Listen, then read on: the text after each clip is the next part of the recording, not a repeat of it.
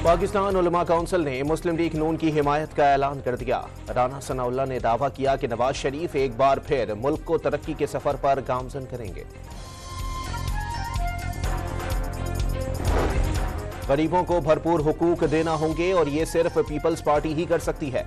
रहनुमा peoples party Asifa Bhutto का सादिकाबाद में जलसे से खिताब।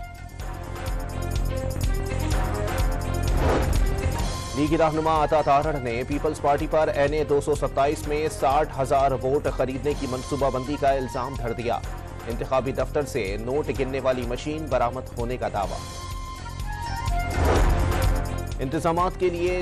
इंतखाबात के लिए सिक्योरिटी समेत तमाम इंतजामात मुकम्मल कर लिए। इलेक्शन के दौरान मोबाइल सर्विस बंद नहीं की जाएगी।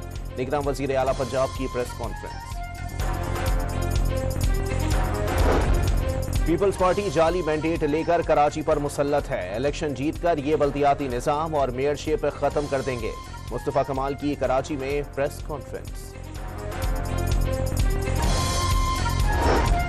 इलेक्शन कमीशन ने सादिकाबाद में PP 266 पर तहरीके जवानाने पाकिस्तान के उम्मीदवार के इंतकाल के बाइस इलेक्शन मुलतवी करने का ऐलान कर दिया।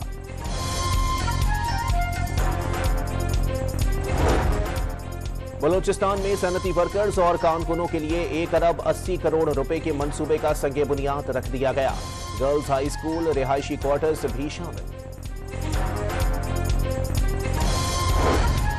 कराची में गुज़िश्ता रात इतनी मूसलाधार बारिश की तवक्को नहीं थी। महकमा मौसमियात ने हैरत का इजहार कर दिया। बरसात गैर मामूली करार। और जनूबी सूडान में दहशतगर्दों के हमले में शहीद सिपाही मोहम्मद तारिक को बदीन में फौजी एजाज के साथ सुपुर्द खाक कर दिया गया।